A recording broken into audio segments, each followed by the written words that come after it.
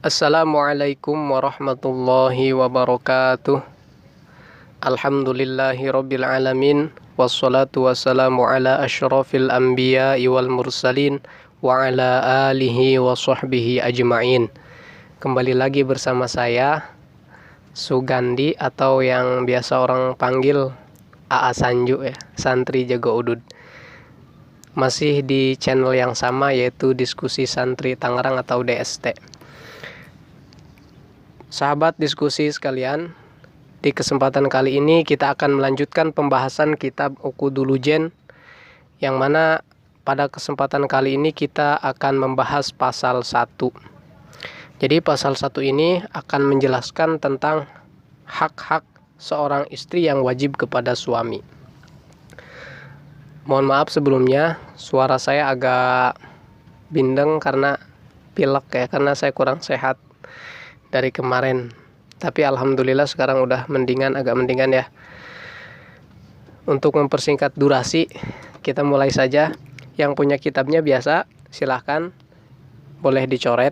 Kita lugotnya ke lugot Jawa, surahnya bahasa Indonesia. Surahnya surah singkat ya.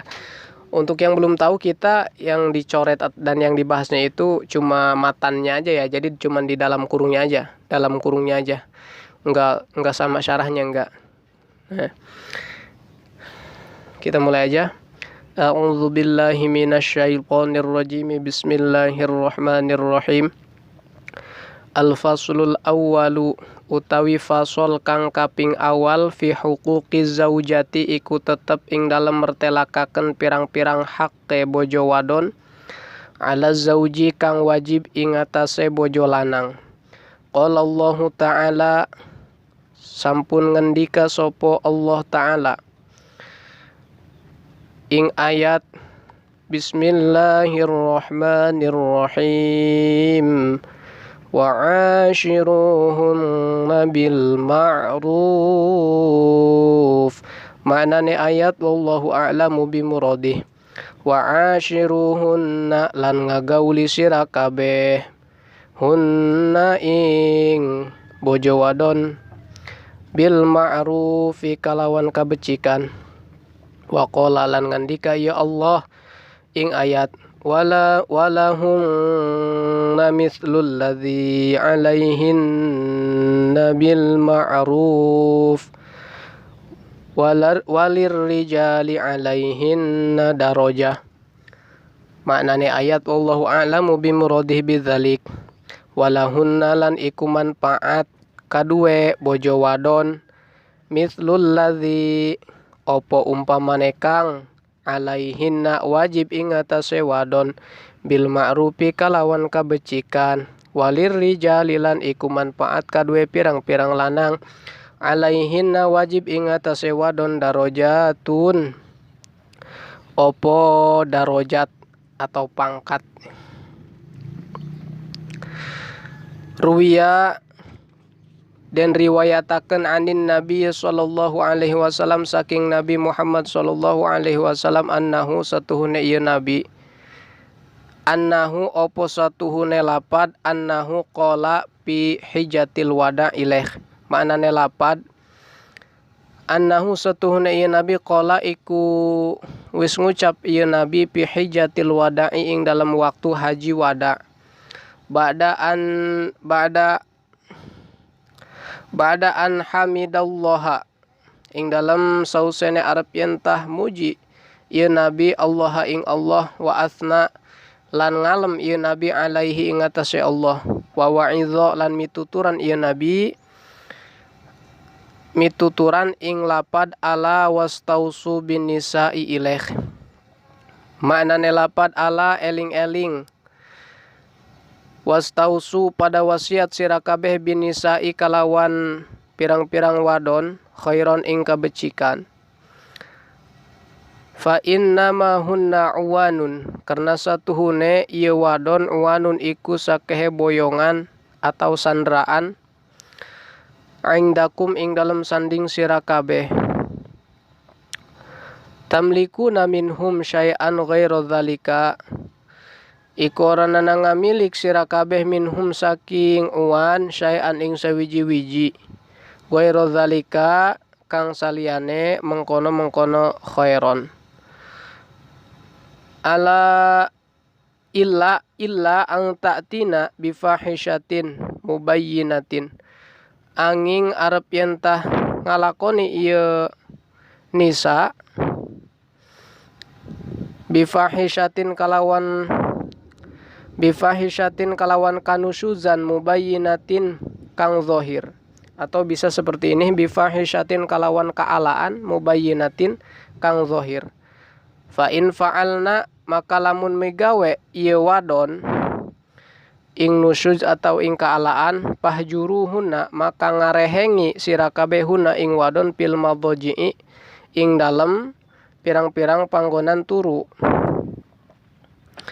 Wadribuhunna lan mukul sira kabehuna ing wadon ing nisa dorban kalawan pukulan ghaira mubarrihin kang oranana ngabahayakeun. Fa in ata'nakum maka lamun taat ieu nisa kum ing sira kabeh fala tabghu maka aja murih sira kabeh alaihinna ing atase nisa sabilan ing dadalan kasalahan. Mohon maaf ya. Oke, sekarang penjelasannya. Al-faslul awwalu fi huquqi zaujati ala zauji. Di pasal yang pertama ini, pasal awal, musannif pengarang kitab Uqudul Lujen akan menjelaskan tentang hak-hak seorang istri yang wajib terhadap suami. Di dalam pasal awal, musannif mengangkat sebuah ayat Al-Quran di dalam surat An-Nisa yang bunyinya wa'ashiruhunna bil ma'ruf, yang artinya pergaulilah istri-istri kalian bil ma'ruf, dengan secara baik. Jadi artinya hadirin, kita dalam berumah tangga itu harus bisa mempergauli istri secara baik. Maksud dipergauli di sini dalam segala hal. Ya, harus dididik dengan baik, harus dinafkahi dengan baik, lahir dan batin, nafkahnya harus baik. Waqala, Allah Subhanahu wa taala juga berfirman di dalam surat Al-Baqarah, walahunna mithlul ladzi 'alaihinna bil ma'ruf walirrijali 'alaihinna darajah, yang artinya walahunna mithlul ladzi 'alaihinna bil ma'ruf. Seorang perempuan itu mempunyai hak-hak yang sama pentingnya hak-hak tersebut terhadap wanita tersebut sama dengan wanita tersebut mempunyai kewajiban. Jadi seperti ini maksudnya. Seorang istri itu dia mempunyai kewajiban dan dia juga mempunyai hak pada suami gitu. Jadi mempunyai kewajiban, mempunyai hak pada suami. Jadi sama, antara kewajiban dan hak ini sama. Setara gitu. Punya kewajiban segini misal, maka dia punya haknya segini gitu. Bil ma'ruf. Hak seorang istri itu dipergauli secara baik. Walirrijali 'alaihinna darajah. Seperti halnya seorang laki-laki.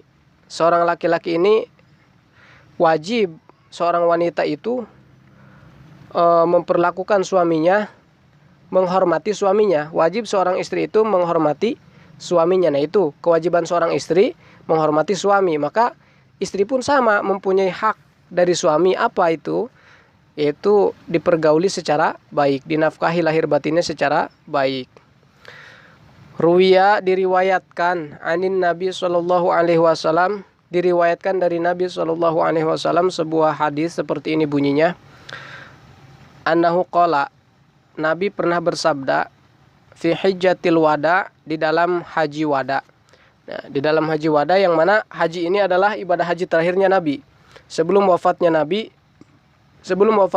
Nabi pernah berwasiat kepada umat-umatnya di ibadah haji, di dalam ibadah haji pada saat haji wada. Nabi seperti biasa, Nabi memuji Allah Subhanahu wa taala, kemudian Kemudian setelah itu, setelah Nabi memuji Allah Subhanahu wa taala, kemudian Nabi memberikan wasiat, memberikan petuah kepada umat-umatnya. Apa kata Nabi? Ala wastausu bin nisa'i khairon.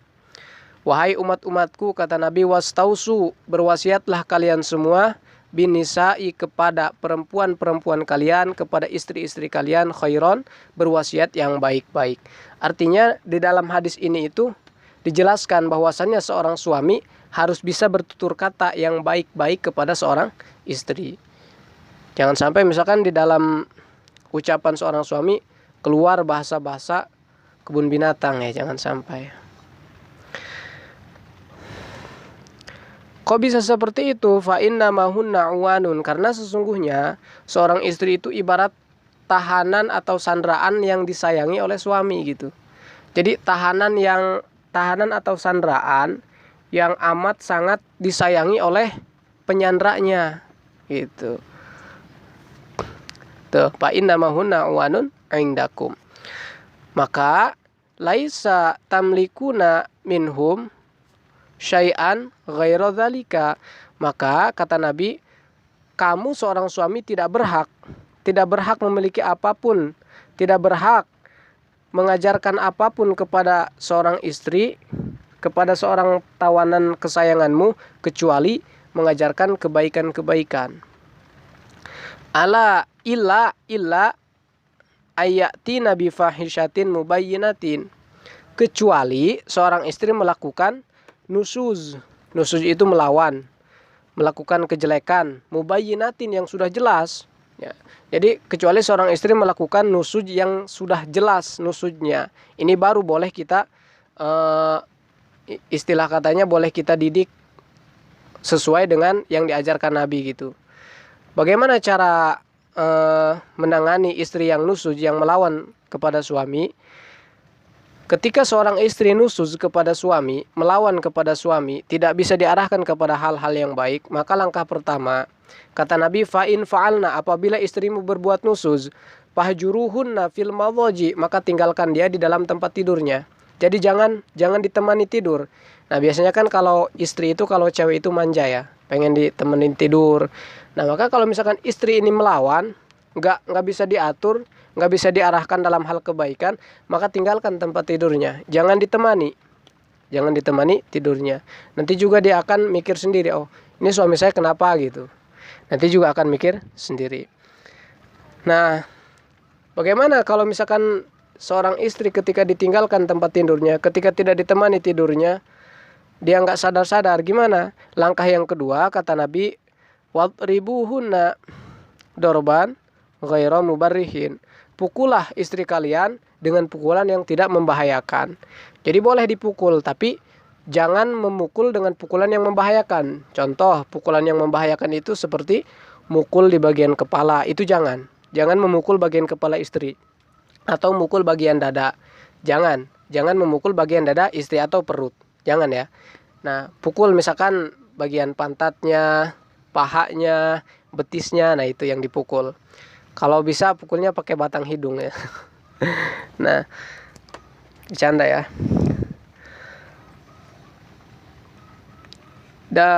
Memukul itu jadi seperti ini. Untuk ini kan wajib berarti. Ketika ada perintah seperti ini berarti kan wajib. Ketika seorang istri berbuat yang melanggar syariat, berarti kita wajib mendidiknya.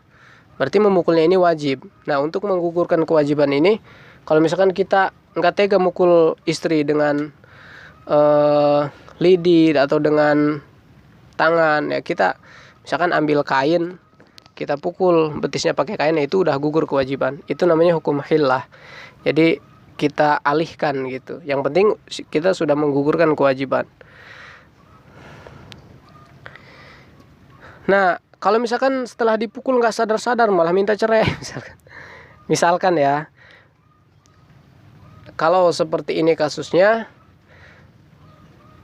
kita pulangkan ke rumah orang tuanya, kita kasih tahu sama orang tuanya, ini loh, anak Umi nggak bisa saya arahkan, saya serahkan sama Umi, tolong didik gitu. Tapi jangan dulu dicerai kecuali dia minta cerai misalkan.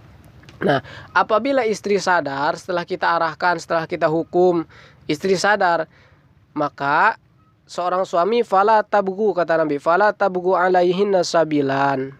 Seorang suami jangan sampai, fa in ata'nakum fala tabgu alaihinna sabilan. Apabila seorang istri telah sadar, maka seorang suami jangan sampai mencari-cari kesalahan seorang istri. Kalau misalkan si istrinya udah sadar, jangan sampai dicari-cari jalan kesalahannya. Itu nggak boleh. Itu kata Nabi. Nah, ini pasal 1 sampai sini dulu ya, sahabat. Mungkin di pertemuan yang akan datang kita lanjutkan pasal 1 karena pasal 1 belum selesai. Terakhir, jangan lupa share video ini ke teman-teman yang lain, tonton sampai habis. Jangan lupa like, komen, dan bagi yang belum subscribe jangan lupa subscribe juga. Sekali lagi jangan lupa share ya. Karena kata Nabi, balighu anni walau ayah, sampaikanlah dariku walaupun hanya 1 ayat. Mudah-mudahan bermanfaat.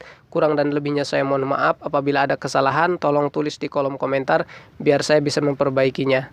Akhirul kalam, assalamualaikum warahmatullahi wabarakatuh.